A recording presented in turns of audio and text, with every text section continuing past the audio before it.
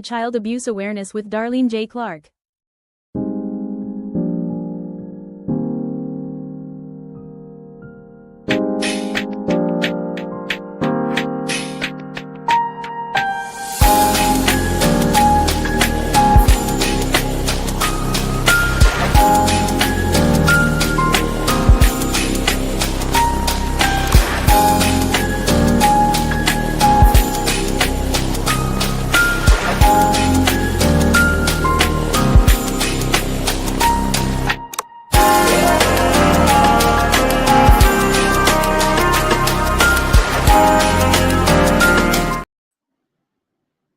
Hello, welcome to another episode of Child Abuse Awareness with Darlene J. Clark. Be a part of the solution instead of part of the problem. Thanks for coming in, Chris. Appreciate you coming. I noticed some different things differently. I noticed a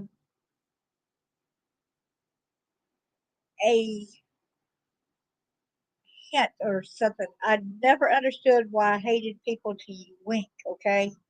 I did not understand why that really perturbed me a little bit or why it got me to turn my face or something. Um, so sometimes we have some things that happen to us in the past. There's like perfume scents or something the perpetrator does, or yeah, that's part of our PTSD. Like being called cute or a doll or something like that is another thing that sparks off what I really hate. Anybody wants to come up and let's talk about things, you're free to come up and let's talk. Kind of find out my aunt used to wink at me, then all of a sudden I'd just get a little excited and everything, and I would blush really bad. And I didn't understand why I was so perturbed a little, but I knew that she didn't mean nothing bad, right? So yesterday when I was just doing some oddities, and then I remembered my aunt winking at me, and then I'm like, why did it bother me so, right? And then it dawned on me that memory came, dudes. That memory, I'm sorry, called dudes. I'm from the South. We do that quite a bit. So forgive me, okay? And my ex husband would say, dudettes too, dudes and dudettes. But I understand now why it's so frustrating to me because right after,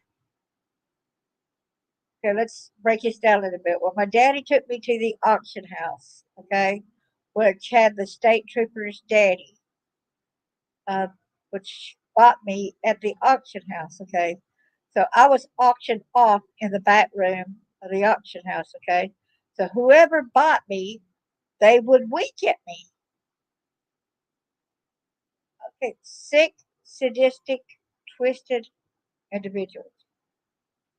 They they liked calling a little girl cute, a doll. But a lot of times, the connotations when you were hurt so badly, it'll bring up some frustrations and you don't realize why.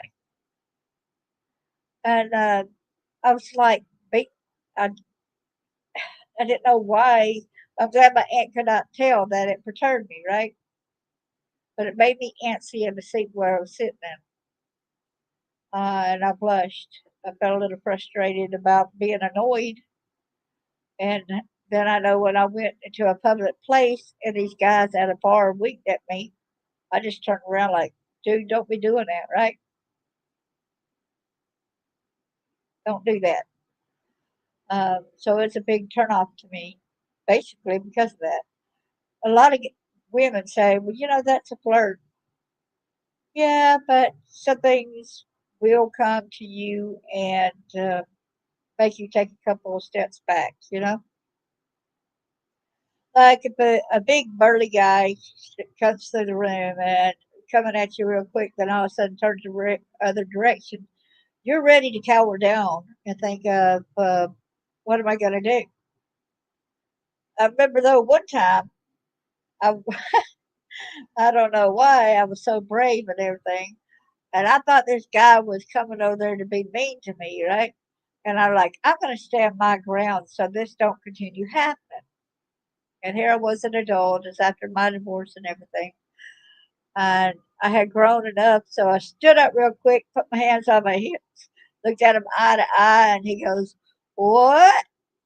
Like, standing my ground, dude. He went by me and started laughing. He goes, "Yeah, she stood her ground for sure, you know."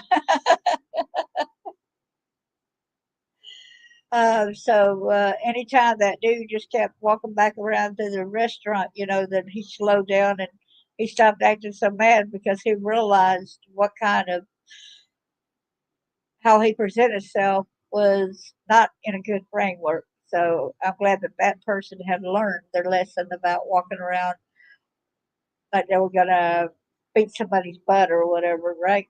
Show violence. Anybody comes in and want to discuss anything, please feel free. I don't know if y'all hear the fan in the background. If y'all do, I might have to go to the other room, take the computer in another room.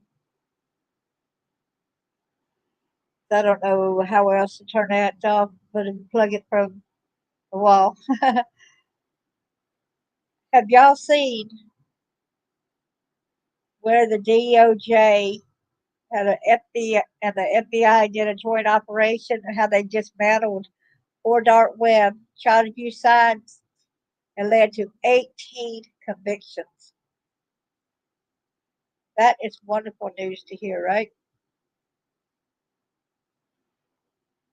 I recently, did the courses last week in which I finished, all right?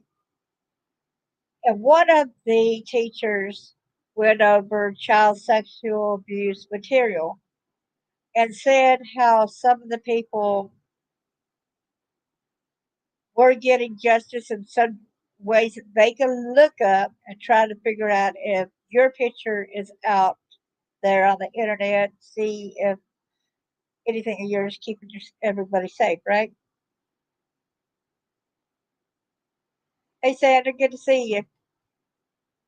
Here you on Facebook. That's good. If anybody like to come up in the box, discuss things, I'll be glad. And it was a shock. I went ahead and asked her a question. Let me get it up right quick. The I know it sounds like basically asking for money or something, but that's not it. Okay, it becomes much more than that. Okay, trying to get it. Said, dear instructor Soros, I enjoy the course you taught. I am thankful for learning more. I presented the question. So, with my pornographer having over 300 child pornos, in which I was told in a majority of them, he is now deceased, but he was an Alabama state trooper. He claims he gave half of the child pornos to his dad's buddy. I heard he went to jail for having pornography, but unsure. Is there any way I could get justice or compensation knowing that they are out there somewhere? Thank you for any help I can receive. Darlene J. Clark is my author name since I was horrifically abused. I am an advocate, survivor, and thriver of heinous acts. I was even trafficked. My parents were the culprits, but I would not have remembered the pornography had the state trooper not told me. Gynecologists are the ones who found so much internal damage. I still have huge gaps in my memory from the trafficking and throughout my life. I wrote about the state trooper in my latest book, Born to Live in Hell 2.0. I will be glad to give you further information. I do remember them being on reel to reels. But in the late 80s or early 90s is when I met him at the Huntsville Library in Huntsville, Alabama, for the purposes of genealogy research. So I was glad that she went ahead and answered my question. And she said that she gave me four different names, three other names that one of which is counsel with the child sex abuse material. And she's supposed to get back with me and giving me a time and a place so that we could get things on the road to find out what avenues I could take. Because when you bend, your pictures are out there somewhere. You don't know whether they've been confiscated and destroyed, but that's not a likelihood. It's a likelihood that some more of these pedophiles and these people have got pictures. And when he said over 300, it could be 400 of them. It could be 500 of them. It could be 1,000 of them. There's no way for me to know the number of the child porn that they did, right? This is a huge problem. We all need to band together as individuals, not just the fact of whether you're a survivor or not. We need to make a difference. We need to stand up for all these people who don't have a voice. I'm not saying bragging by any means on getting the word out or nothing. I am saying that I felt like I needed to tell my story. There were some people who came to me and said, by sharing your story, you're telling my story. I have no way that I can be brave enough. I cannot get out there. I cannot do this. I cannot tell others. So I appreciate you if you would go ahead and tell your story because you're telling ours as well. And that seemed to put the iron in the pot there. I felt like, okay, and y'all say that I'm your voice. How can you turn down some people that say, can you do it? Because you're speaking for us. When you tell your story, you're speaking for us as well because a lot of these same things have happened to me, Darlene. I was trafficked. I was sold. I was sexually abused. I was neglected. I was called no good, worthless. What do you do in these instances, right? If anybody wants to come up, come back over here at YouTube and get in the box. Just let me know. We'll have a discussion on what's going on in your life. Feel free and drop down the link so that you can get in. I want to show y'all the DOJ. That what I was just talking about.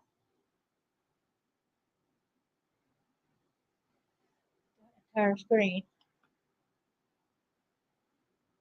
I need to put it over here to here. Okay. So go over here.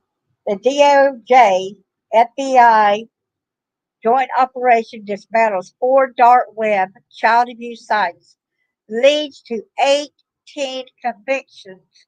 Woohoo! Yes, yes, yes, yes. This operation represents one of the most significant strikes ever made against online child exploitation networks, FBI Director Kash Patel said. A joint operation between the Department of Justice and the FBI resulted in the dismantling of 4 dark web child abuse sites and has led to 18 convictions to date. We need to have a lot more convictions, okay? The DOJ announced on Wednesday that one of the convictions included Thomas Peter Katsathis, 52, of Eagan, Minnesota, who pled guilty to conspiracy to advise, advertise, and conspiracy to distribute child pornography and was sentenced on Tuesday to 250 months in prison and lifetime supervised release for his involvement in one of these dark websites. Cat Sappis was also ordered to pay $23,000 in restitution. Okay, figure out how many 250 months is, okay?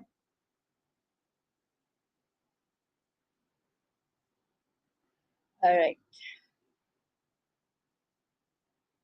So I'm trying to get my utility up there.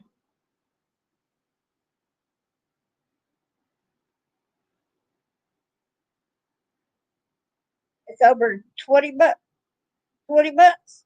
What? That's still not enough, right? Hold on a minute.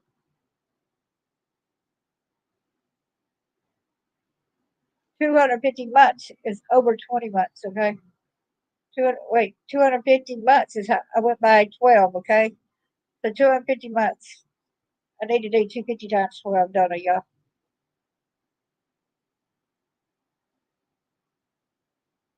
I'm sorry, my mind is just frazzled right now. I'm going through a lot. Please forgive me.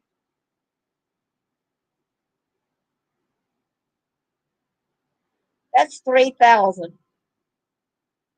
That's 3,000 months, okay? 3,000. Yeah. So what y'all think about that? In 2022, he joined a dark website dedicated to child sexual abuse materials, advertised and distributed over the website, which included child sex abuse material depicted prepubescent children.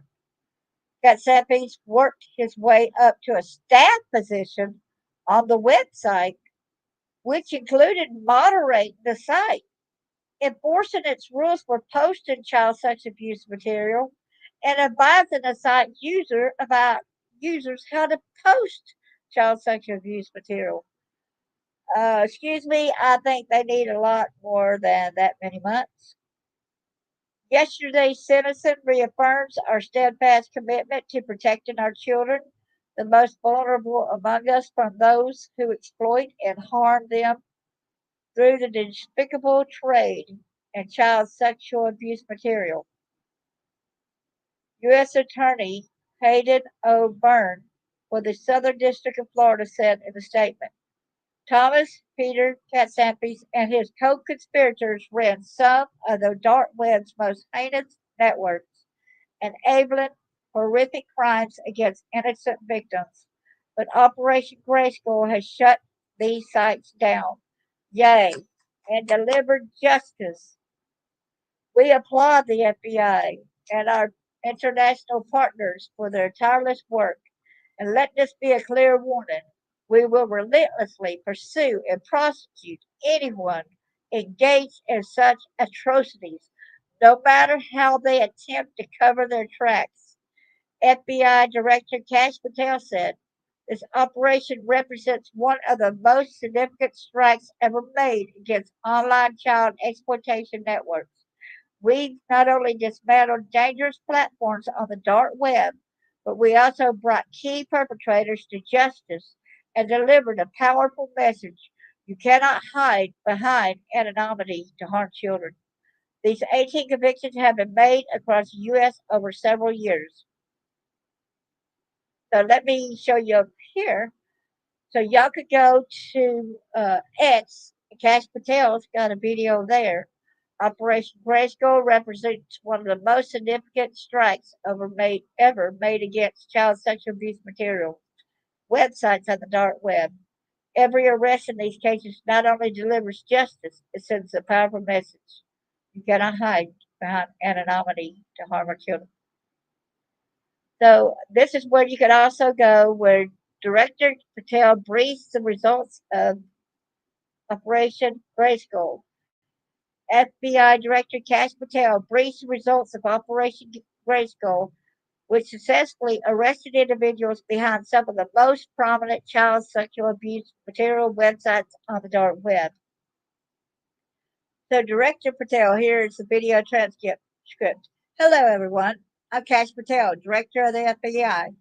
I'm excited to announce the results of a global operation to take down four of the biggest child sexual abuse sites on the dark web and bring the criminals who operated them to justice. As a result of Operation Grayskull, the FBI arrested 19 subjects here in the United States and working with our international partners helped coordinate additional arrests in 7 more countries. Shockingly, many of these perpetrators had no prior criminal records. They were people we knew and trusted. They were neighbors, colleagues, even family members. Are active in our communities and around our children. This is why we must stay vigilant. Investigations like this are thorough and resource intensive. They often take years due to the complexity of tracking perpetrators on the dark web.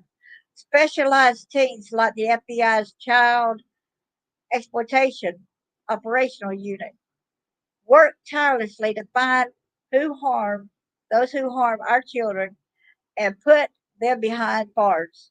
Through global partnerships and dedicated resources, the FBI works to ensure that all children have the chance to grow up safe and free from exploitation. Rest assured, we will keep hunting these criminals no matter where they are. Thank you for keeping our children safe. Now, this is right here.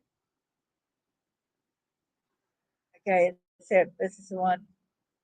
Okay, Operation Grayskull. Tennessee man was one of the people arrested. He was among managers of dark website dedicated to sexual abuse of children. He was sentenced. This is 3 days ago. It says that Operation Grayskull, Tennessee man among managers a dark website dedicated to sexual abuse of children sentenced. 4 websites were dismantled. Child sexual abuse content. Robert Boyles is convicted. He's the one for Tennessee.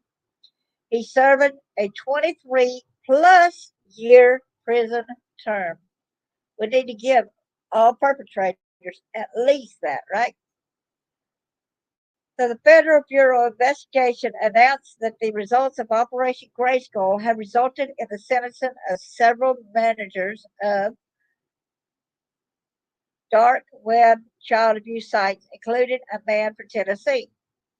The joint effort from the FBI and the Department of Justice dismantled the sites and led to the convictions of 18 offenders. A Minnesota man who was sentenced yesterday to 250 months in prison and lifetime supervised release for his involvement with one of these dark websites. He was also ordered to pay $20,000 in restitution, FBI said. We don't went over his name a few minutes ago. Robert Preston Boyles of Clarksville, Tennessee, was among the 8 individuals convicted and sentenced in Florida for his involvement in running the primary site targeted by the operation.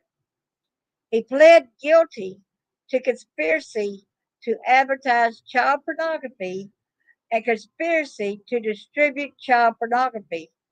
Boyles was sentenced to 25 years and 10 months in prison and ordered to pay $93,500 in restitution to victims of his offense. The operation represents one of the most significant strikes ever made against online child exploitation networks, said FBI Director Kash Patel. We've not only dismantled dangerous platforms on the dark web, but we've also brought key perpetrators to justice and delivered a powerful message. You cannot hide behind anonymity to harm children. The website's leaders advertised and distributed child sex abuse material, promulgated rules for the website, enforced the rules by banning or scolding users who violated them, held staff meetings, recruited members to serve as staff members, recommended users for promotion, edited and deleted user posts, praised individuals for participating in and contributed to the website, kept record of child sex abuse material posts made by individual members, and paid for and maintained the website servers, among other things. What do y'all think about that? Hey there, Carlene. Good to see you.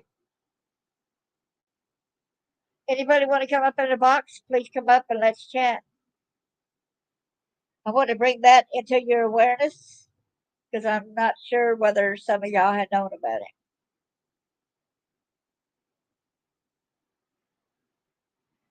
So let me go ahead and drop down the box, and if somebody wants to come up, that's how we'll do it.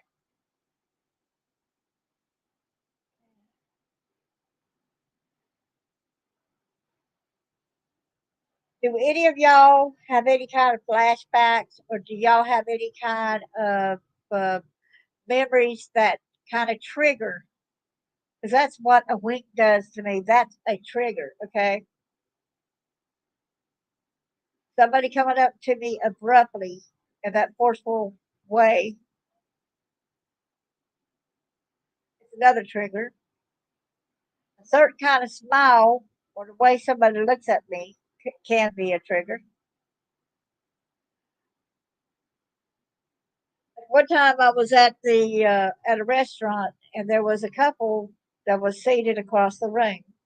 They just kept staring at me, right? So I kept saying, "This is odd the way these two are looking at me." And I ended up having to go to the bathroom, so I walked right past them. And when I was in the bathroom, I go, "I think that's two of the perpetrators from the past when I was a kid." And I thought, "No, just get a hold of yourself. Just get a hold of yourself, right?" But then when I started coming back from the bathroom, I heard the woman whisper to the guy, "Be quiet now. Here she is. She's coming back." So yes, that validated that that was two of the people. I recognize their faces from the past, but I don't know their name, right? So a lot of times when you're out in public, you watch your surroundings a lot more carefully.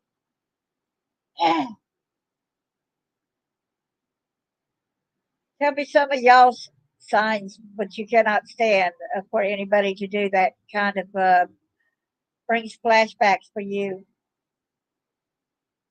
Anybody want to come up here and share their story? Feel free as well.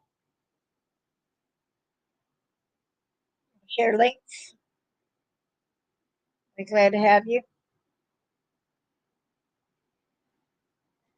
And also, recently, somebody had told me about this one person that was, they didn't know what to do because he had stated something about, find that post right quick, okay? And he gave his name and said that to contact him basically. This may be a kidnapping and human trafficking ring. And so I went ahead, he left the name, and he had it posted at here on YouTube. And they said, "What do we do when somebody goes and leaves something like that? Would you try to call the FBI? Or what are we to do, right?" The CEO of the United States of America. And then he gave his name and he gave his phone number, right? Yeah, I wish you did, Chris. I wish you did have a mic where you could. We'd be happy for you to come up.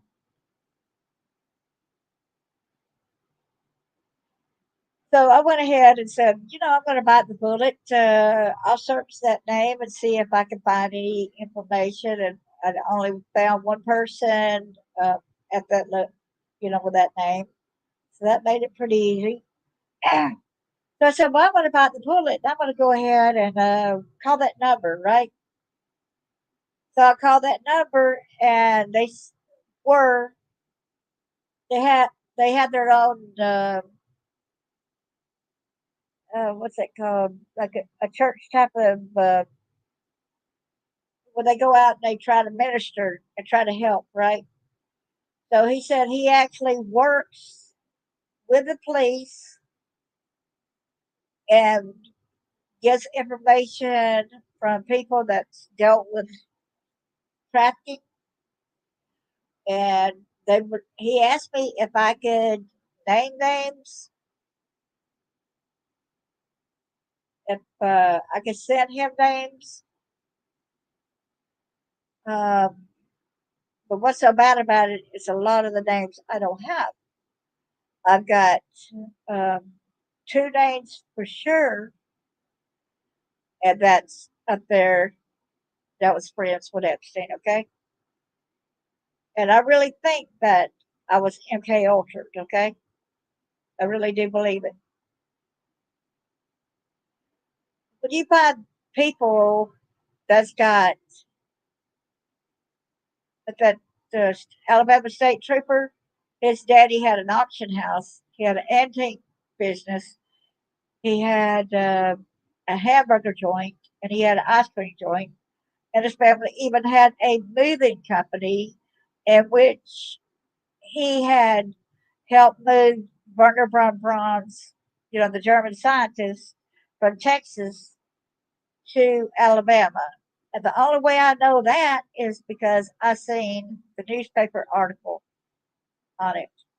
I would not know that they were any way part with even having a moving truck. And see, that's very suspicious as well. Because I was thinking, oh man, I know that they had that with the antique business, but to actually have a moving business as well, what a easy way for these perpetrators to take kids, right, in the back of a truck. I can remember some of the time being in the back of an 18 wheeler. I don't know who had me in the front of the truck. I don't know if I was with Daddy or whether I was with them. I don't know if it was with um, the guy, the state trooper's daddy. I don't know who had me in the back of the 18 wheeler, okay?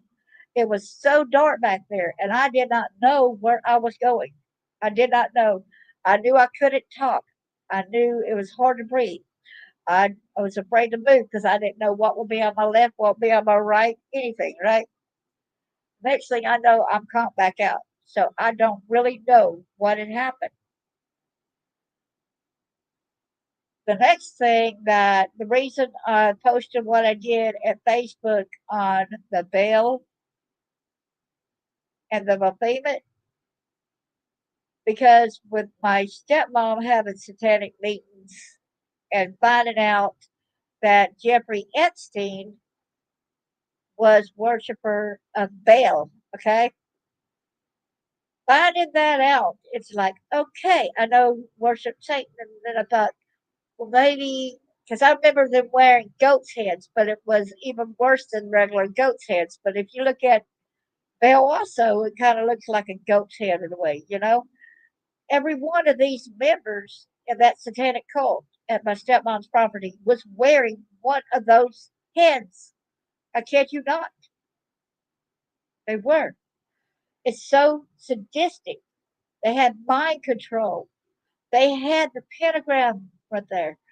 They were inside of a tent, which even had and the bottom of the tent had the pentagram on it.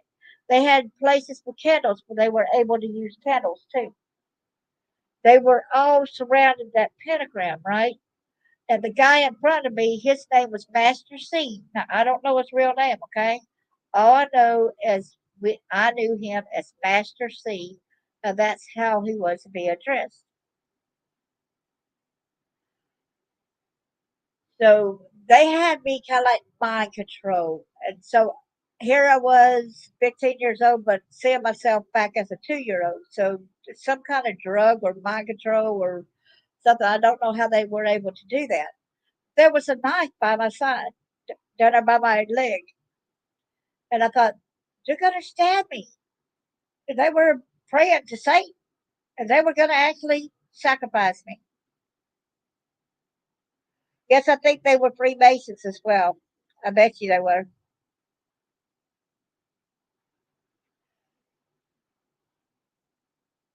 And it's sick that I myself cannot stab anybody. I can't harm nobody. And it's about like the Holy Spirit helped me at that time because He was going to let me see what my purpose was right then and there. Something else was going on worse outside too. So I saved myself, grabbed the knife, and stabbed the guy in the thigh. And then I went to the door. And how would I know exactly where the door is? So I was just led by whatever spirit or whatever, right? And I moved the black part. And I'm like, it's daylight. I really thought it was dark. And here I am now. I'm 15 again. How did they mess my mind up to make me perceive myself as a 4-year-old. How do they do that mind control thing, right? How do they do this crap? So I got my bearings and I was able to look to the left on my stepmom's property. She had a fence back here and it did not have a gate on a certain part, right? And I kid you not, there was at least 4, 5, 6 or more cages. And I saw kids in each of the cages, okay? There were children in these cages. And here was a cult that was about to sacrifice me and possibly sacrifice these other kids in these cages, right? So internally, something was guiding me to run to the cages to let the kids out. So I ran to the cages and I told them what that voice was telling me to run around the house the other side. Don't run this way, but run that way. You'll be safe, but you'll be caught if you run this to the right of the house, but you'll be safe if you run around the house to the left. Well, one little girl, she stopped and she hugged me and she goes, "Hey, sissy, come with me." She wasn't my sister or nothing, but evidently she knew. And that shows me that we were, and there's so many other times, being abused by these people in the past, right? And I said, I can't go with you. I live here. I cannot. I'm so sorry, sweetie. But please go be safe. And she looked to me, really, she looked like she was 4 years old at the time. And here I was 15. I was back at my 15-year-old self, like I said. One boy looked possibly 12 years old. That looked like the oldest that it was, okay? They all ran around the house, like I said.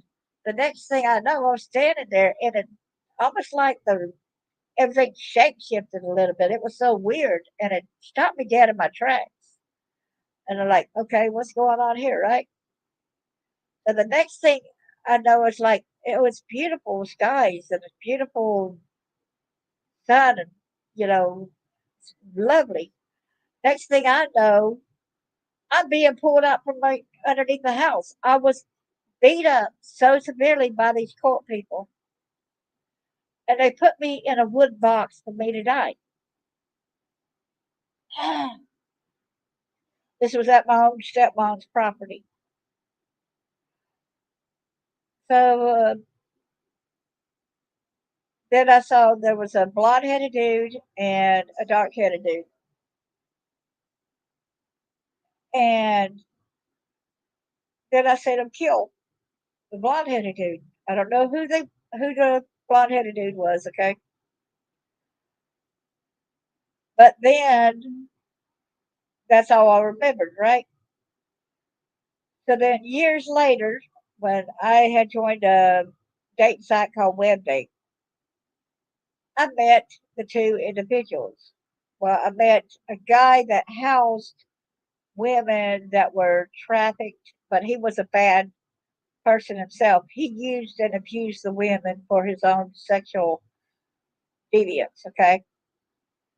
But he tried to act like he was good, and I would talk to him, and we talked on Messenger, and he said, I got somebody who wants to talk to you. I said, sure, I'll be glad to talk to her. She goes, hey, sissy, how you doing? I said, I'm doing good. I said, she goes, I wanted you to go with me back then. I was begging you to go with me. I said, I know, but remember, I told you I had to stay there. I lived there. I couldn't go. Excuse me, this is graphic. I think I need to put the banner of what's that called? Trigger warning, if it bothers anybody. So she said, hey, sissy. And I said, so it's true? I said, well, I told you to go be safe, to go back around there. I'm glad to see that you're still alive. She said, yeah, but they killed my twin sister because I ran. they killed my twin sister. So I like, oh my gosh, because that was kind of weird because I was specifically supposedly a twin also, right? So it made me wonder whether some of these other people that was there are twins also. You know what I'm saying? And these people are getting away with murder if they don't kill the one that, if you ran, then they're killing another family member. That's horrible. But instead, they tried to kill me. And then, of course, I ran into the guy that had saved me. And I said, was it true that they killed a blonde headed guy that helped get me out from underneath the house? And he said, yes, it's true. I said, oh, geez, I did not want it to be true. I wanted this to be like a figment of my imagination. I didn't want any of this to be real, I maybe say that schizophrenia or something, but to find out it was real, and I'm glad I don't have schizophrenia, don't get me wrong. I'm glad I was not hallucinating.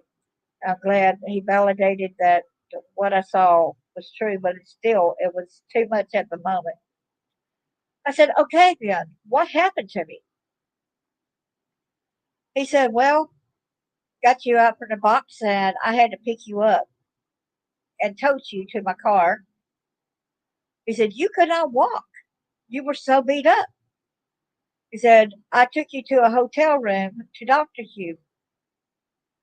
He said it took 3 days before you could finally start walking again. But that third day, the police showed up. I said, what happened then? I said, I'm sorry, I cannot remember any of it. I said, I really don't. I do not, it's all just a bluff, right? He said, that's okay. He said, when the cops came, he said, well, she's got to go back home to her stepmom. He said, but please take her to get medical care. Look at her injuries. Look at all these bruises. She probably got a couple broken bones or something. No telling. Why can't y'all help her out? Please take her to get medical attention. They said, no, we're taking her straight back home. We're not going to get her any kind of help. So that was really telling right there when the police did have me and they did nothing. They just took me back to these people that were satanic, to these people that sexually exploited children, to these people, and yet they had a chance to try to help.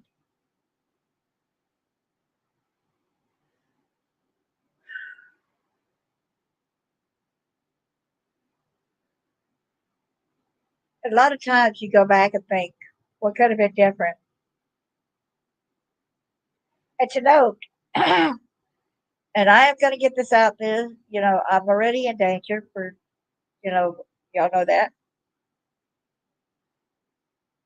But like the people at this arsenal where I was born had said to the guys that if we continue to talk, this is our last conversation. There's our only first conversation. They were at a date site, and this was 6 months of each other. And he said, we work at the arsenal, and we were able to look people up, okay, because I was born there. And I said, okay, cool. They said, well, I don't like talking to anybody unless I find out for real if they are for real and not a scammer. I said, okay, that's understandable. This was after 2010. So they both had looked me up and they both said the same thing, that we can no longer talk to you because if they find out that you're still alive, they'll be after you. So whatever was done to me was done to me the place of my birth, okay? One other person of these two people, one of the people had said, "Well, according to this, you've been missing since you were 15-year old." I go, "Really? How strange." Then I remembered, oh yeah, I was missing at age 15. Yeah, I was for 3 days. Huh. And my social security number changed. Huh. Very interesting. I'm not on a missing person spot folder or nothing, but on that government, if they look me up, they say that I'm a missing person on, uh, directly in that business. So it's like, huh, this is very strange, don't y'all think? And then a lady got on the Montel Williams show. This was after my divorce. And I've been trying to look it up. And y'all, please, if y'all can find it, please help me look it up. And the guy was Jimmy Fry, was along with her. And he was the DA for Limestone County in Alabama at the time, okay? The girl, you cannot see her face because they blackened out her face. Oh, they fudged it out. So, but you find one and the face ain't fudged out, it's not her, okay? Got to find one with a girl with a fuzzy type face. She spoke of how her dad was a truck driver, and it's kind of funny. My dad was a truck driver. I was at this particular time when the show was being presented. I kept going back and forth from my computer because I was taking college courses. And every time I heard something that was familiar, I run back in there to the living room. My boyfriend would say, "You need to stay in here because this is too much like your story." But it was so loud, I could hear what's going on, right? But anyway, I would go back in the bedroom and he'd say, "Hey, this is something else that's close to your story. Come back, come back." And I was like, "I'm fine." Just did not want to pay too much attention. This it was really, and it was horrible. What she had said that her parents actually kidnapped pregnant women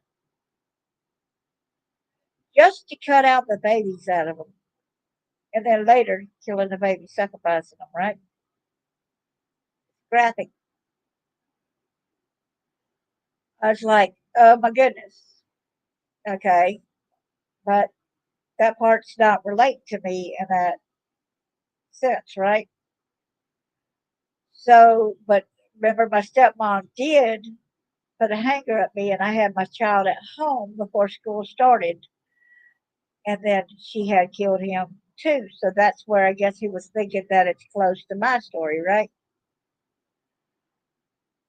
So I went ahead and I went back into their room, and they asked her, said, "Where are you from?" And when they said Limestone County, Athens, Alabama, my legs went out from underneath me. Just I fell. I fell. I mean, I'm glad the couch caught me, but I don't know why this happens to me when I get that stressed out or in disbelief that my legs just go out from underneath me. They would not help me stand. All of a sudden, I started bawling, and she said that they were going to tear down the house where the majority of the cult meetings were held. The next time my son came to see me, he said, "Mom, did you know that the house where you lived in is being torn down?" I said, "Really?" So that substantiated the claims there, okay? That substantiated about these cults. This substantiated that majority of cult things was she had 17 plus acres. There was another field on down the road where you could come back around and park. So a lot of these cars could hide from the road and never be seen. There'd be one or two that I would notice that it would be parked at the far road, but looking like it's in front of somebody else's property, not in front of ours. So that was very different, and that's a complex time. Anybody would like to come up, be glad.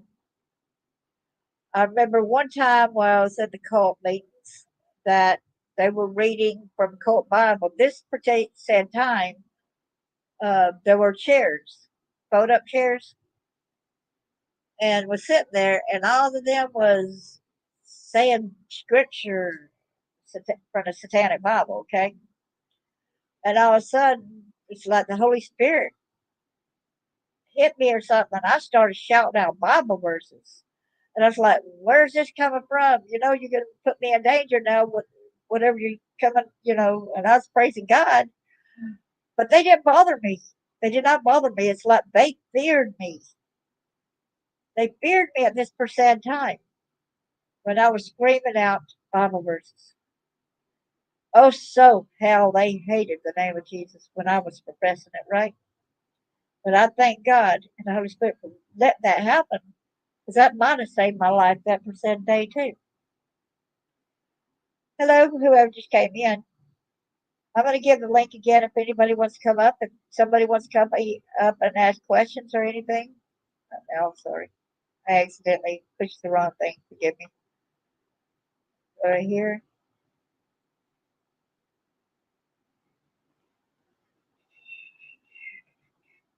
Does anybody have any questions on what I said?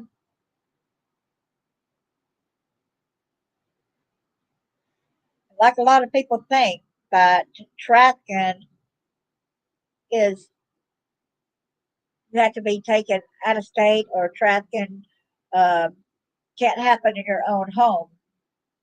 Trafficking can be in your own home. Your parents can get money for from these guys. That's a trade that they used. And how many of y'all knew that about my step, my real mom, our last conversation? I got the link up if anybody wants to come up. I tried to give her another chance at being a mom. And so I called her up. She said, I said, hi, mom. This was supposedly my birth mom, okay? My evil stepmom. I said, hey, mom. She goes, first question, instead of saying hi to me, she said, are you showing your naked body to men or prostitute yourself? Those were the words she said. She didn't even acknowledge the fact when they said hello, right? I said, no, mom. Here I was 39 years old at the time. I said, no, mom, I'm an adult now. I've got a choice. I choose not to do that. You need to be, she said, you need to be showing your naked body to men. You were born to show your naked body to men. That's what you're supposed to do with your life. I said, no, mom. She said, I taught you how to do that since you were born. And boy, you talk about hearing all that, you know, it's like, whoa, it's a blow to me, right? Because I did not know that she was grooming me since birth, right? And I said, no, mom, I'm an adult. I've got a choice. She said, I wish I would have killed you when you were a baby like I wanted to. That's all it took. I just went flick. I said, never again, never, ever again will I have to hear your voice. I was forgiving you and gonna let this other stuff slide, like when you put me on the kitchen table when I was 2 years old, told me to lie there still while that guy gave you money and used a beer bottle on me. When I watched that Sound of Freedom, when I went to that movie, two things that struck me hard in that movie. It was when at first when they were having to pose for the pictures. Okay, that one struck me hard. And the other part is when that kid was in the bathtub. How many of y'all have seen The Sound of Freedom and remember the looks of those kids in horror when they were having their pictures taken? How many of y'all remembers the look of horror after that girl was violated, having to sit in that tub of water? I remember 2 times about having to sit in the tub of water, one of which I was age 2. There could have been other times, don't get me wrong, but I'm just saying the 2 times in my memory. And this was after they done that with a beer bottle, okay? And I remember them filling that bathtub. Imagine a 2-year old and then filling it up to your tummy or your chest line, right? You start moving a little bit, and it's like, oh no, I'm going to fall and drown. I knew not to scream out. I knew nobody come and save me. Maybe they want me to drown in this bathtub. Here I am. I'm afraid to move. I'm having sharp pains. I'm hurting.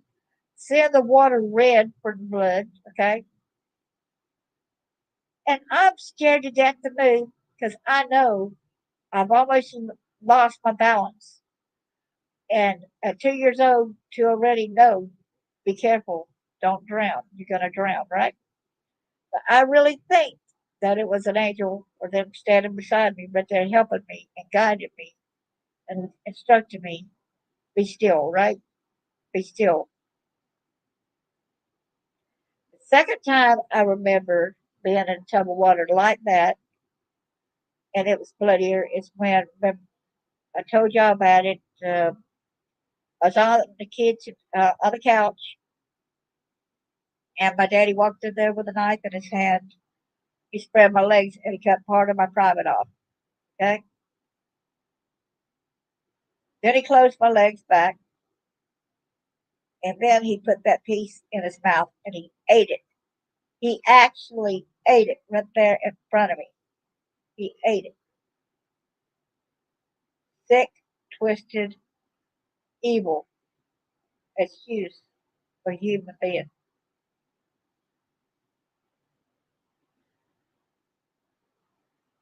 I don't remember going from the couch to the bathtub, but I just know and remember being back in the bathtub after that happened. Okay.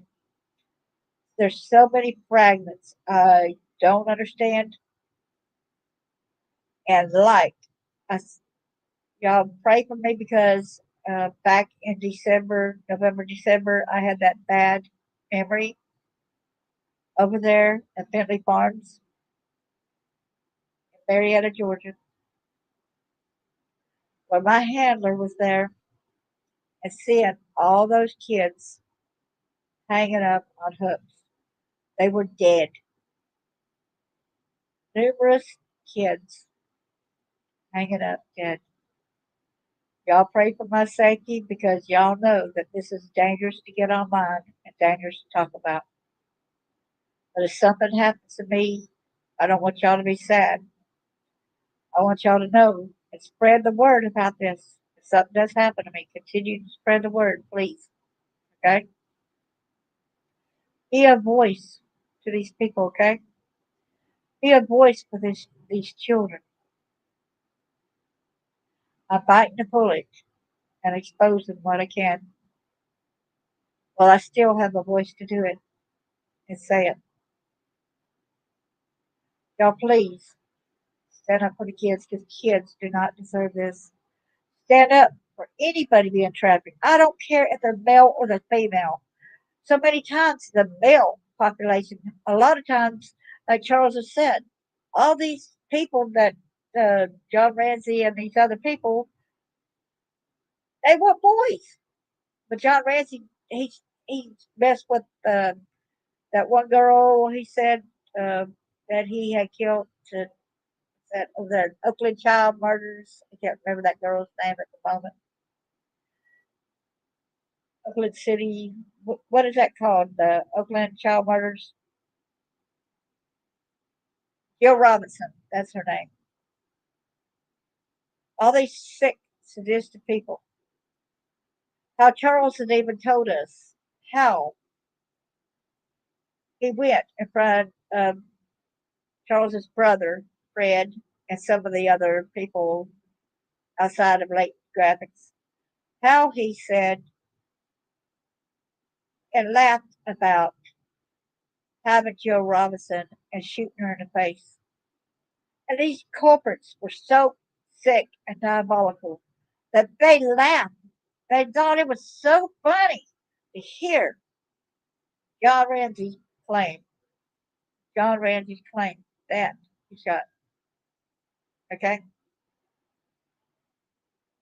Why would he say he done it if he didn't?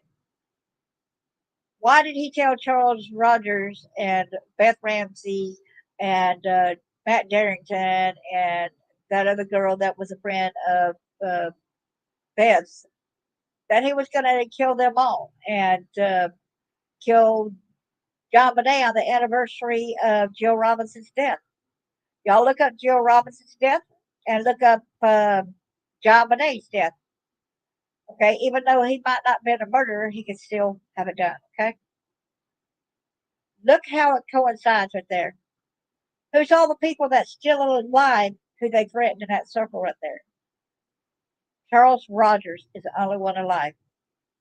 Beth is dead. Matt Darrington's dead. John Bonet is dead. That best friend of Beth's was killed also.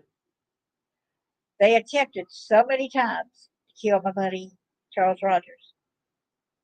These people are getting away with so much. We need to advocate, advocate, advocate. He's told us the truth on so many levels. And now the thing is, the recent one we did on with the guns, billionaires, and bull, the last podcast I did, it's saying some of the things we had seen on a TikTok video about Epstein. That he's not wasn't just into sex trafficking, that he was into guns. That the Bentleys and were Bentleys, and they were with the government dealing with guns, with silencers. All right, so that's how Epstein and Bentley Farms are connected. Okay, that's how these diabolical people, billionaires, all these people, into so much money, and yet they keep getting away with it. Higher ups, come on, FBI, get them, protect us by getting these sorry scums of the earth out of here. Please, I'm begging you, please protect our children. There's too many kids going missing and a blind eye. Get these government officials, get that judge in Cobb County. Do something about Aaron Solomon messing with his daughter and him getting away with it. Get him for something. Get Governor Bill Lee for sitting with him and protecting him in some ways, okay?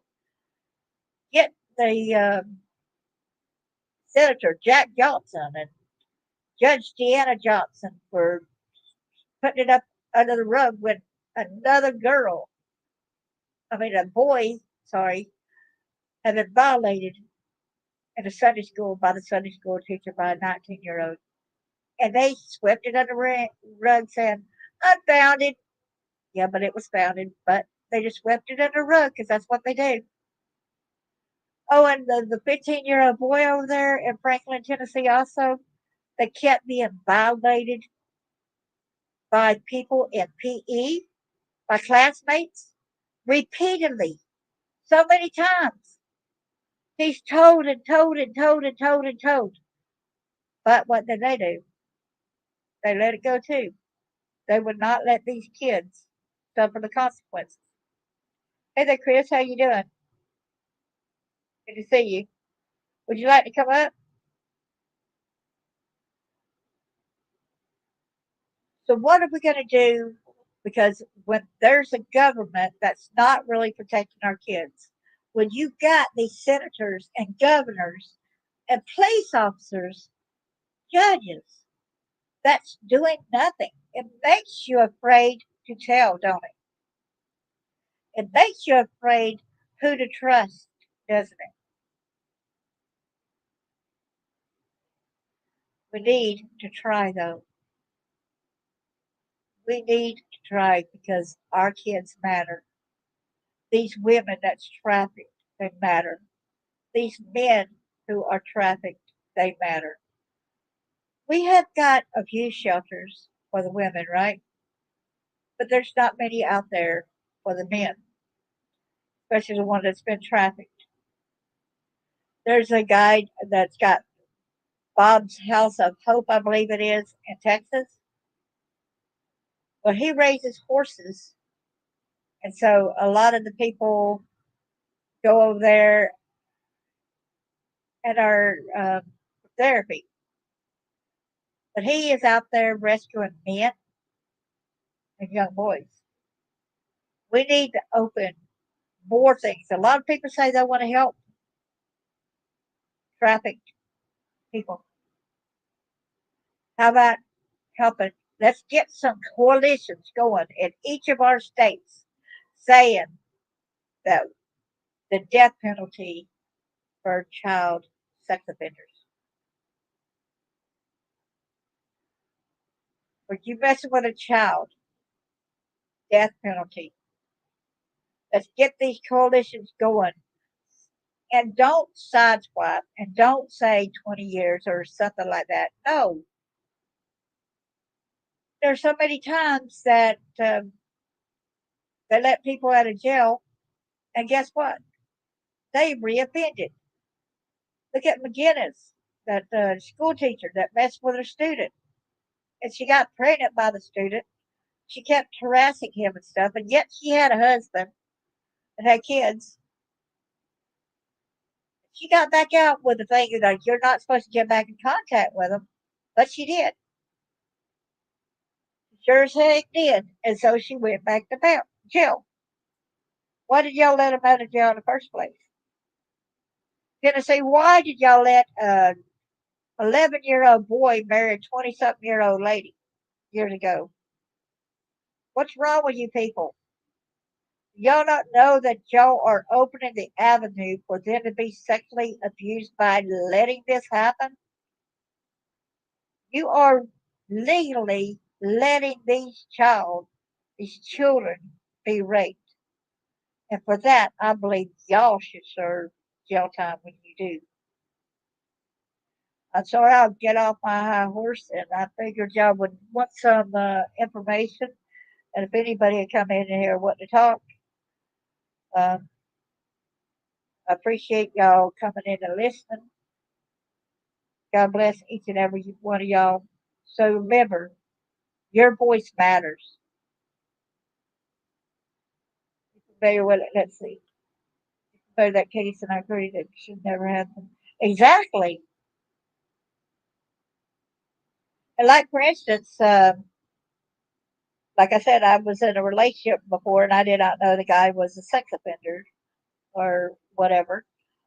And then he ended up burning me, and I noticed on his computer he had a lot of porno images, and I contacted the FBI, and they would not do a dang thing about it. Um, but after I left, even though he couldn't have sex anymore, so that's what I'm saying. Y'all always say, cut off their manhood. That would not do good enough. I'm telling you, that would not do good enough because he could not work his manhood, okay? But it didn't stop him from breaking in a girl's a house that had a little girl in it, right?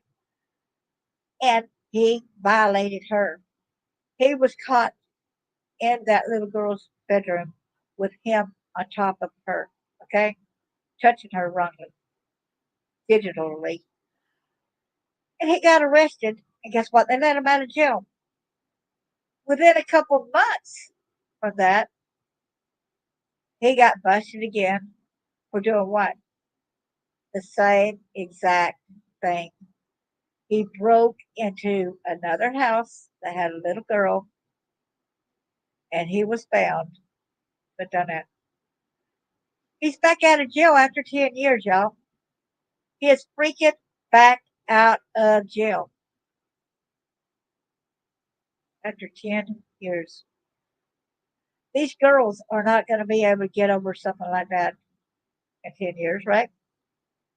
This is going to haunt them. I was safe in my home and I was sleeping, and I woke up with this perpetrator on top of me.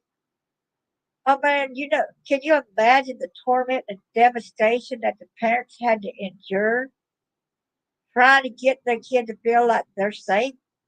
But they're going to feel like they're a failure themselves because look, we're supposed to protect our daughter, and yet a perpetrator ended up coming in.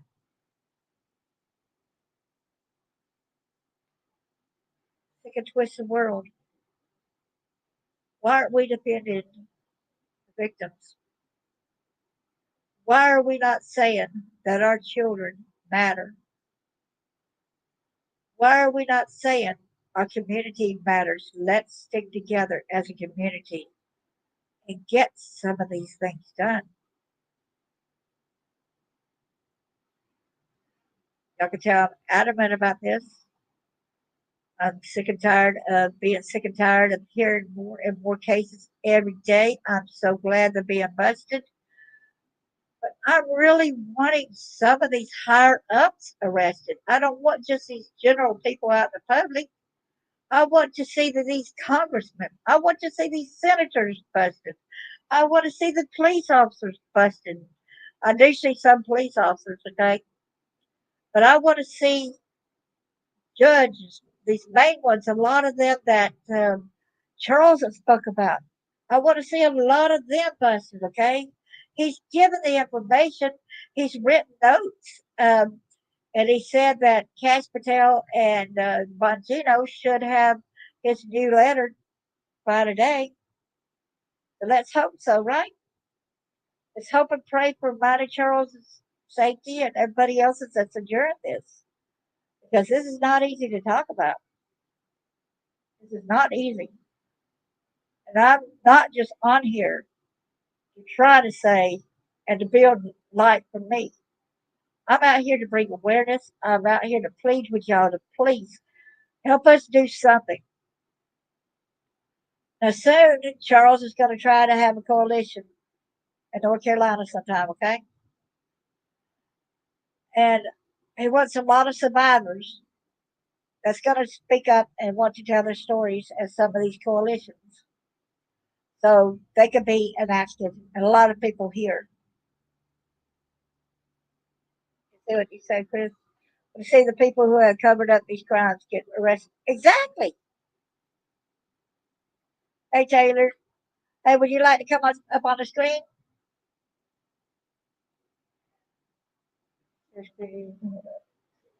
Put it up here.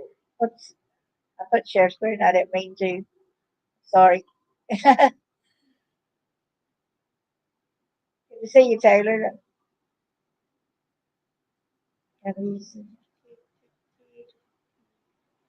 Bear with me a minute. If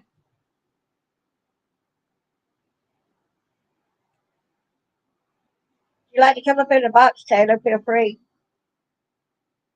Hey, Parkway. Does anybody have anything, any comments too? Any questions on what I've said and what I divulged? And y'all, it really hurts my heart that the very first time I remember being at that uh, trafficking spot, I'll call that the trafficking spot at Bentley Farms. I remember wearing a white dress and it had blue flowers on it, little tiny blue flowers. I remember right in front of me was the concrete barn. To the left of me was a horse stable, had a horse post fencing.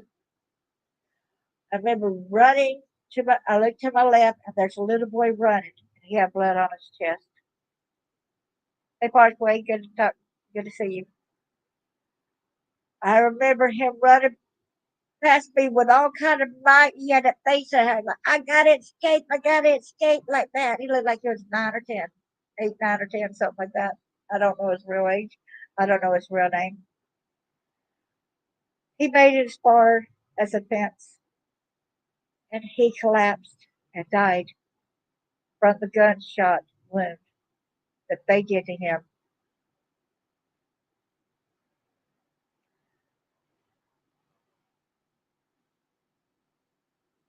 So he was shot and killed.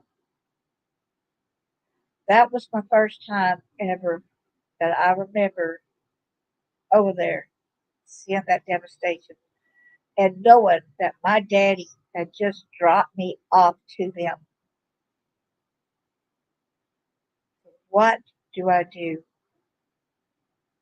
I just stood there. I did not know. Next thing I know, they're tearing down the post because now they're destroying and burning the post to get rid of the boy's blood, of the DNA evidence of what they had done.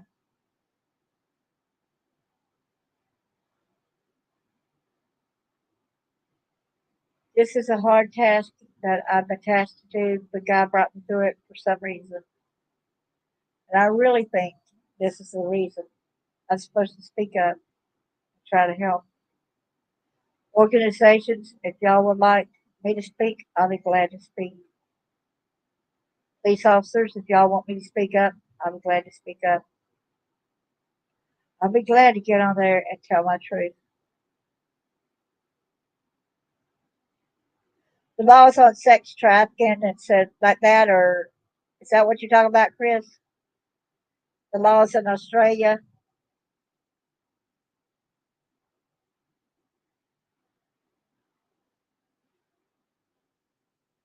or the laws on sex, child sexual abuse? Like I said, it would be no good to go ahead and do these things. And like Charles had even said, he went to the Chattahoochee to try to save his brother Fred. Fred, he thought that they were had him kidnapped, but it was a farce. It's a farce hoping to shoot Charles. Remember, he mentioned names who was there. In my videos, he mentioned names. Ted Turner happened to be one of those names. Some of the people that did the Home Depot.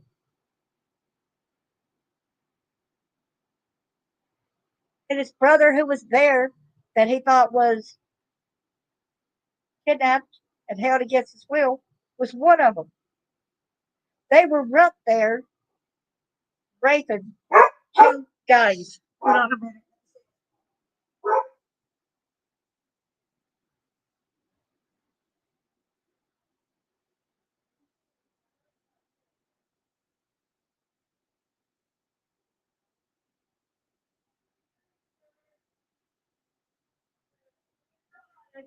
Okay.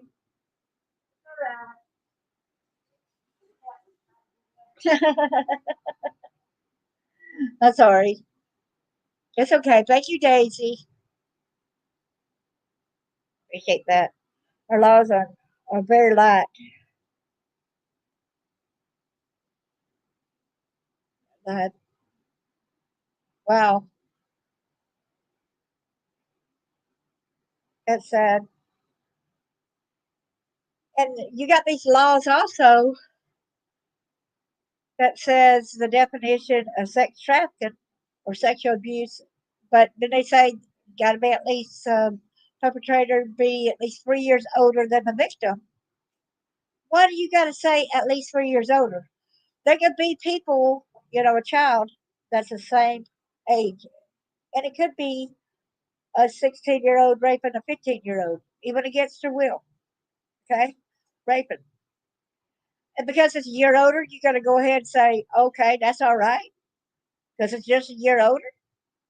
You gonna go over there and condone it? What about that little girl? What about her? When I was 15, my stepbrother was 16. When my stepmother held me down while he raped me, okay? He was 17, okay? That's not right. Messed up. Messed up kind of world we live in, right?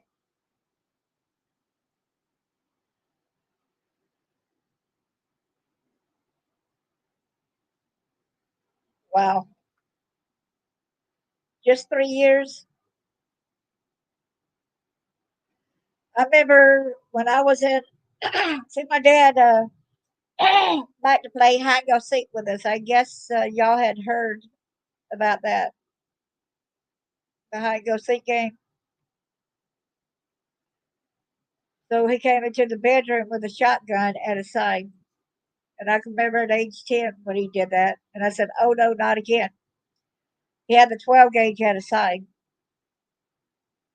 And he goes, y'all ready for hide and go seek? And of course, that's why I thought, oh no, not again, right?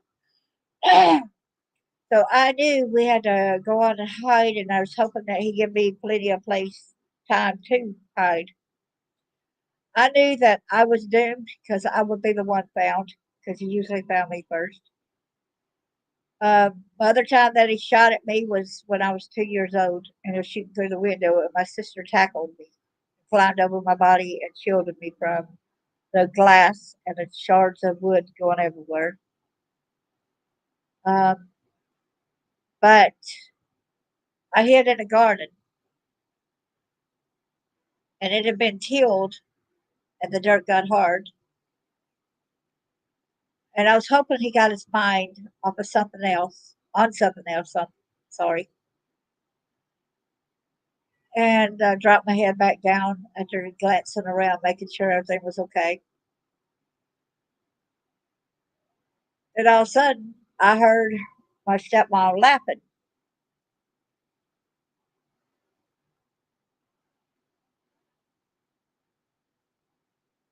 Wow. And my dad was running behind her while shooting up in the air. I thought, whoa, don't they know that when you shoot up like that, these things got to come back down and it could kill somebody? Do they not know that? I'm like, this is crazy. But I'm safe momentarily. He didn't see me, or saw the backside of him. But they're running around like it was fun.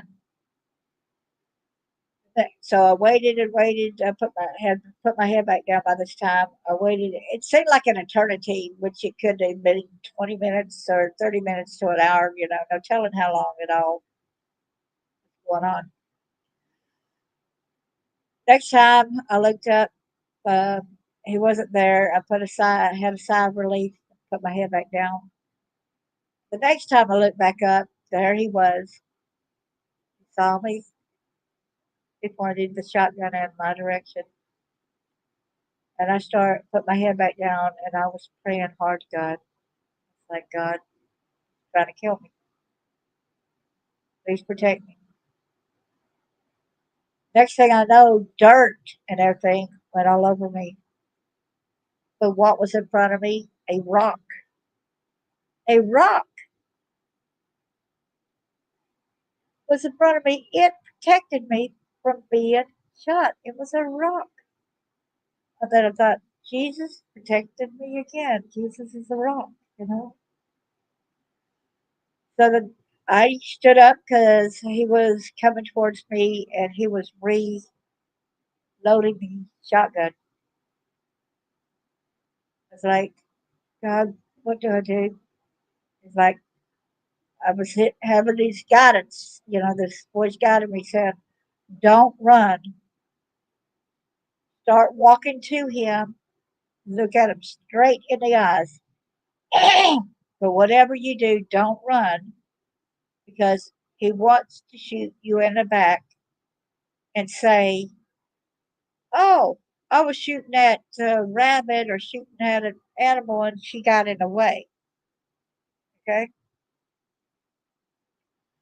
So I got to him and I really didn't feel my legs. It felt like I was floating. And I got to him and I said, and I didn't say nothing still, but he goes, "Damn, I wanted you to run so I could shoot you in the back." And I thought, whoa, did he just validate that? He was wanting me to run so he could shoot me? It just came out of his mouth. I was like, dude, what? So while I was looking at him, he turned around and said, "Well, I got to go shoot somebody today." So he, as I said, he had reloaded it, right? So I said, "Well, he's going to go hunting after one of my siblings." And I like, "Oh Lord, please help me." He ended up tackling me and threw the gun to the ground, and he raped me right there in front, right there. He ended up raping me. And my thought was, at least one of the other kids is not going to be shot and killed. Instead of worrying about myself, I was worried about my siblings. And I was thanking God, like, at least I suffered this so that they do not get killed. Okay, that's part of my story. Y'all heard a lot today. Anybody? Does anybody have any questions? I'll stop doing that unless somebody wants to get up here and ask me questions. I don't mind answering. Okay.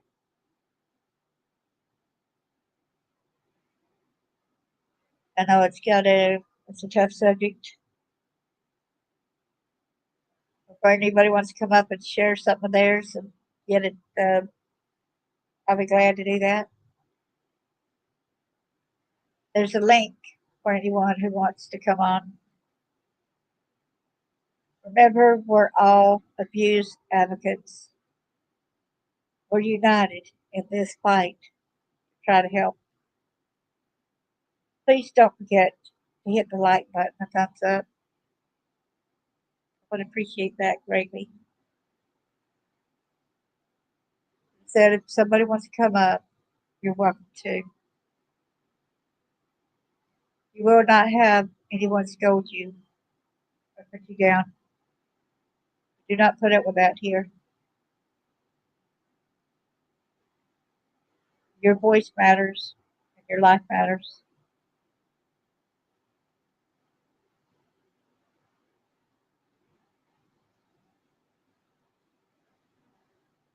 So I should give it if you walk towards him, the world stops and goes.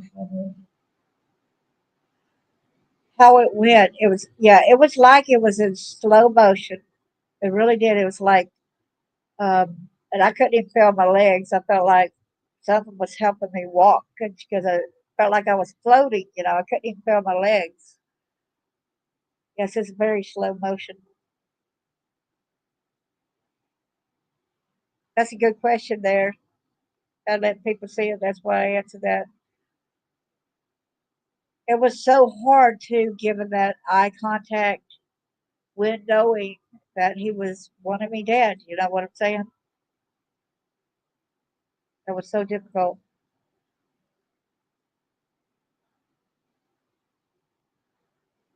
What sexual assault when you end up being victimized? Because they just kept on. That's what the grooming is. When my sister, you're quite welcome, Fair Queen. When I thought that the sex abuse started when I was 2 years old, at the when they first sold me. Um, that I remembered being sold that way, but my mother used to take me. My birth mom used to take me to a restaurant, and the guys would say, "She's cute. She's cute." and you want to buy her?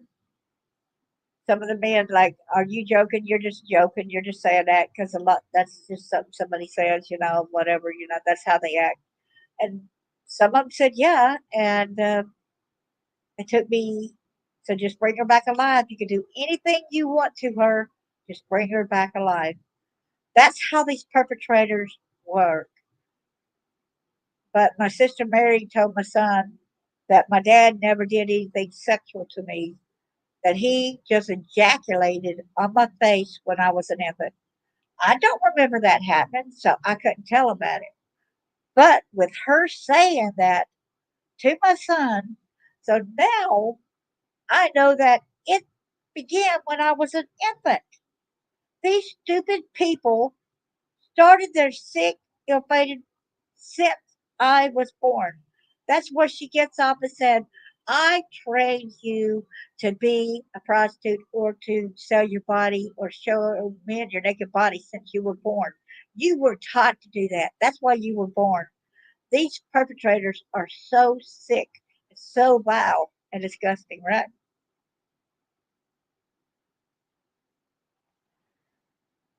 Did you always know that you wanted to advocate? No, no, I didn't. No, I didn't. I didn't always know that. But what kind of helped me decide that I needed to at least write a book uh, is I was in a support group for other people that dissociated because, of course, this does cause a big dissociation issue, right? So I had wrote a piece called Regina's Triumph. And the other people in the group asked me, said, do you mind if I make a copy of this? And it's in my book, y'all. So y'all can look it up so y'all see what I'm talking about with Judith Stroud.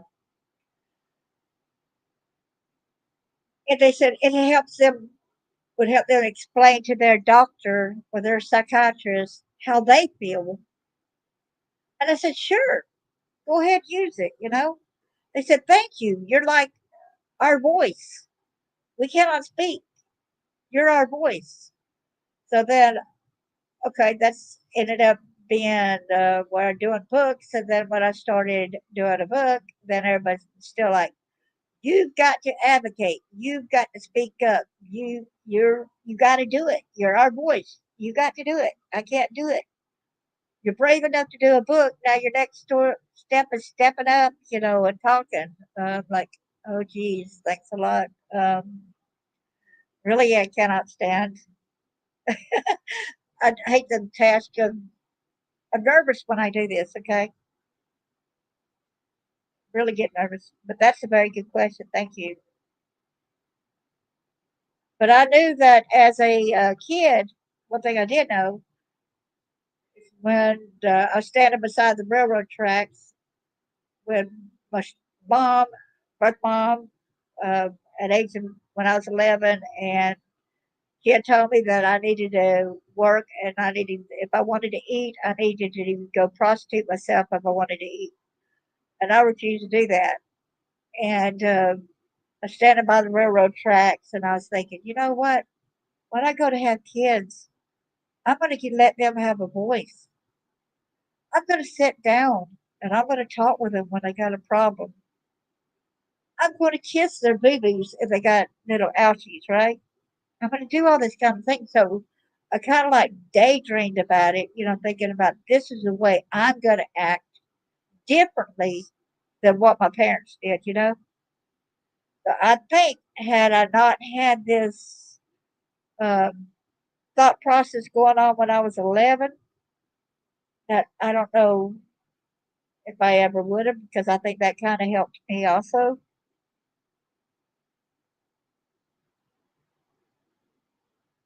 Does that make sense, Chris?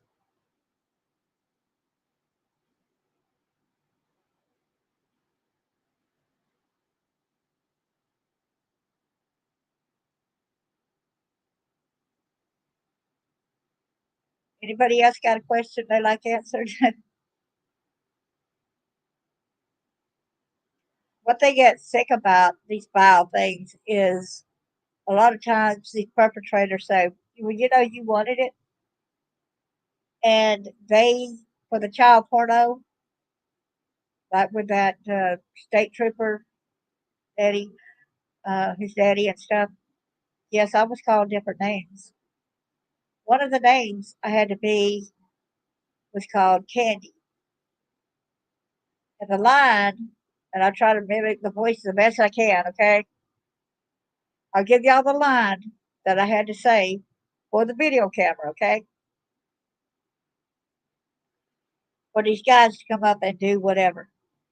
I didn't want to do this, but I was forced, okay? My name is Candy. I taste this dandy. I'm every man's fantasy. Did y'all hear that? I had to say, my name is Candy. I taste just dandy. I'm everyone's fantasy. I'm every man's fantasy. How sick and twisted for a 2-year old to have to get on camera and say that kind of crap. How sick, twisted, and revolting, right?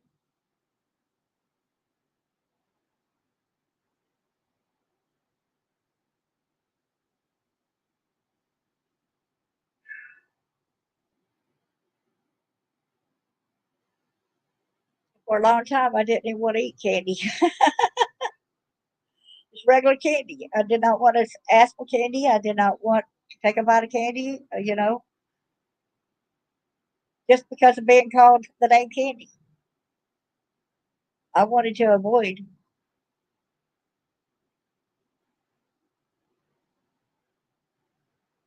I'm so sorry, Parkway.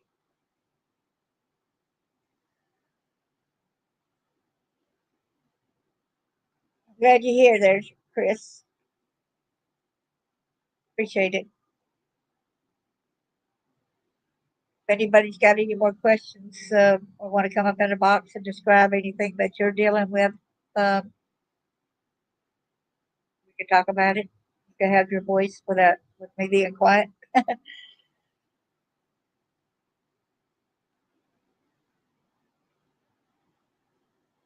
And I like to get on here sometime more and have more advocates coming in here at will. Get up in the box, tell your story. If you got links or something like that, to help for them too.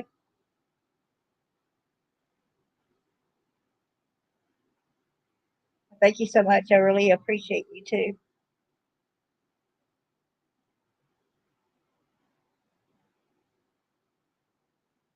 You got clicked out.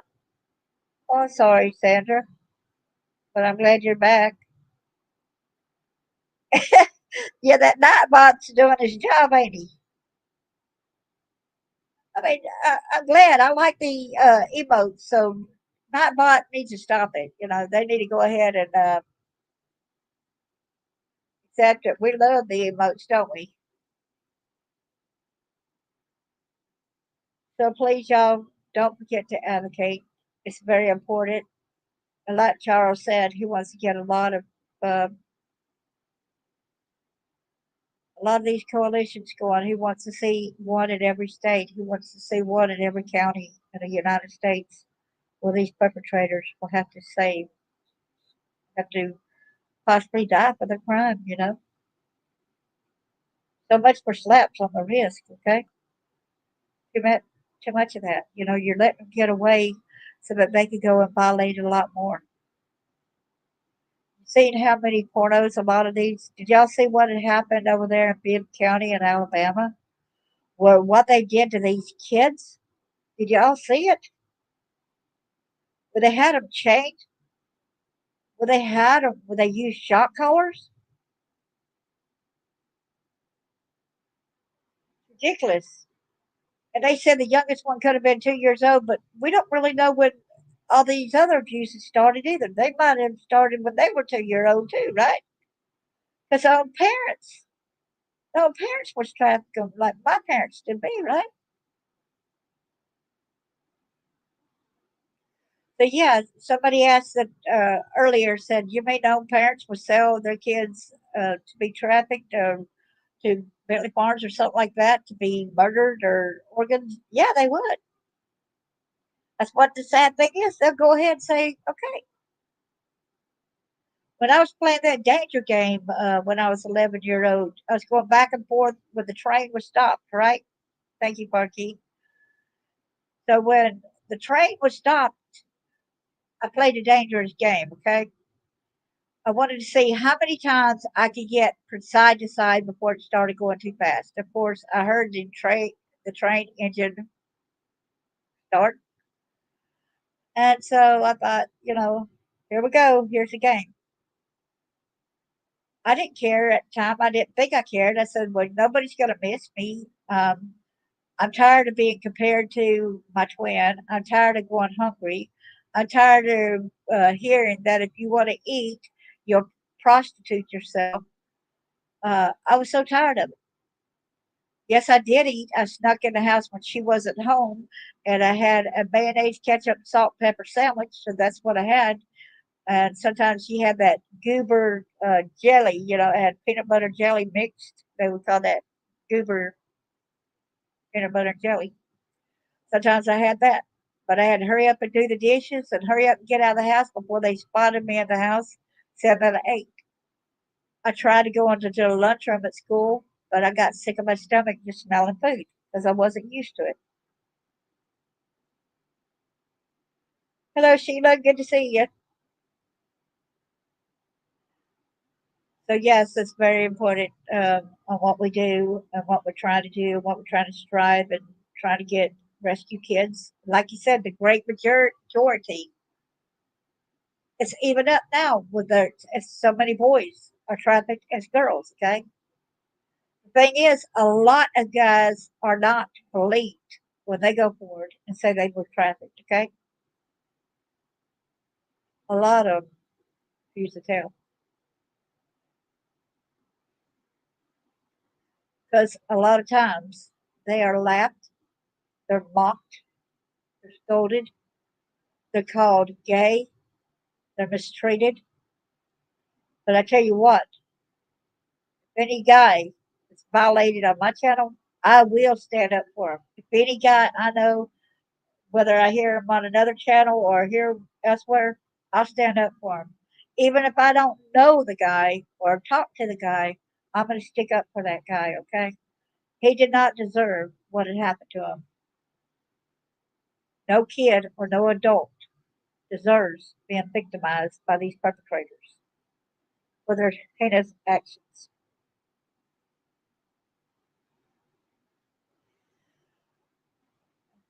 Would there be any more questions before I go ahead and go?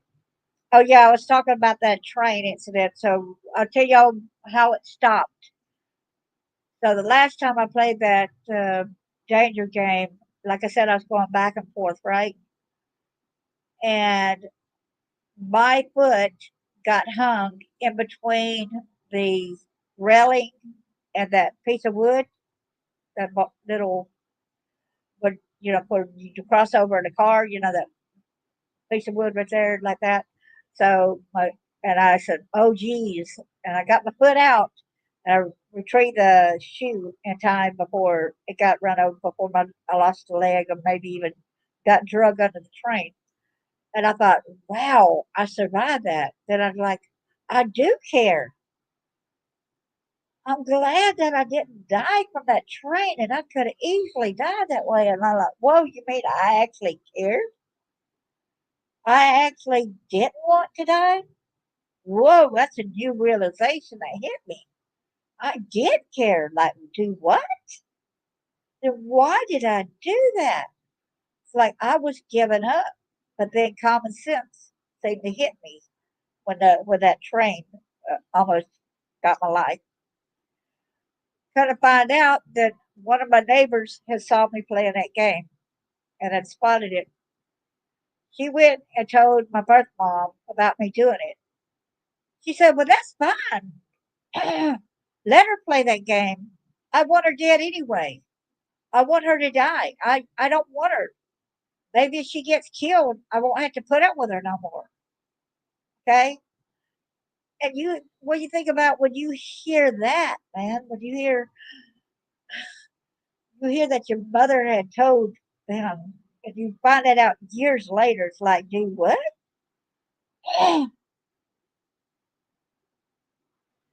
So I did bother her and nagged about, please let me go back to my dad because at least I had a bed to sleep in, even though I was victimized sexually and all that over there. I still wasn't. I was told to do that over at mom's, but still, she didn't love me. I did. I wasn't fed. The clothing, all that whole fiasco there, right? I had rather have a bed to sleep in and food in my stomach, with even though I was being victimized the other way. People actually would see me every day and know whether I'm at school. She didn't care whether I, any of us was school. My siblings would be gone 5 days and I wouldn't know where my siblings were. But she didn't care, you know. Y'all want to know what's a miracle? Is I survived sleeping in the back of the car. I survived those 2 years by sleeping in the back of the car. Florida heat in the back of the car. How's a person to survive, right? How many lives has it taken? And of course, the window was rolled up. How did I not survive and meet my demise? There had to be a greater force there, right? God had to be there protecting me. Yes, I suffered, but still, He brought me through it. And I'll tell you, a lot of times when I was suffering this, I didn't feel the pain. That's what's so weird about it, okay? Somebody was taking this pain because I wasn't feeling it. Wonderful. Thank you so much, Sparky. Hey, stop that, Nightbot. Nightbot, you're being disobedient. I might have to shut Nightbot down if he wants to continue being mean like that.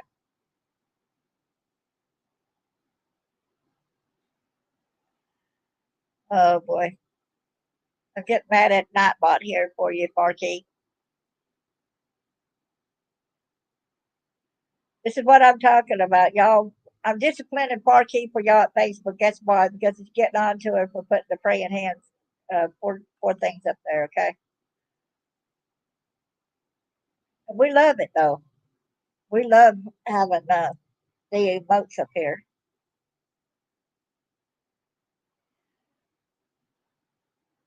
So I'll give it another 5 minutes if anybody got anything to ask or say, and then we'll go ahead and close this down.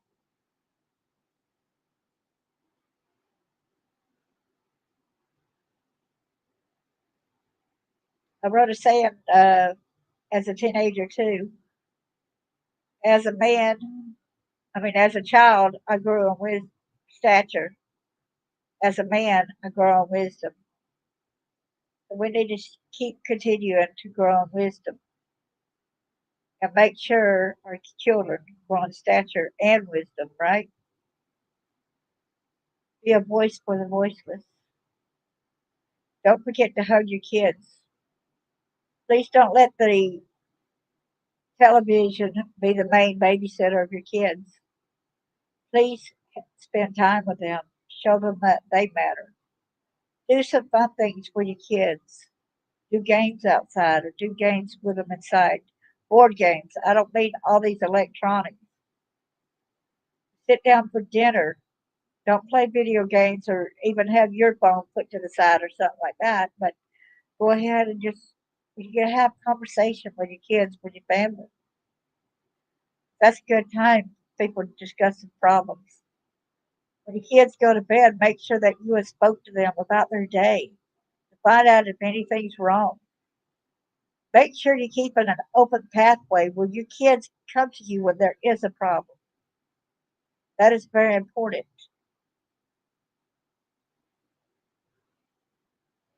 Make sure that y'all also got a code word, like it put so a code word for in public or something, like when you're in distress or something.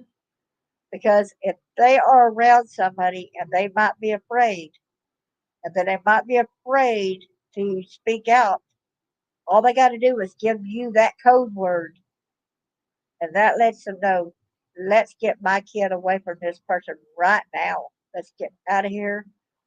That kid just let me know that something is terribly wrong with this adult. That's part of your tool belt. Your kids are part of you. Treat them with the love and the respect they deserve. Thank you so much, everyone. And God bless y'all.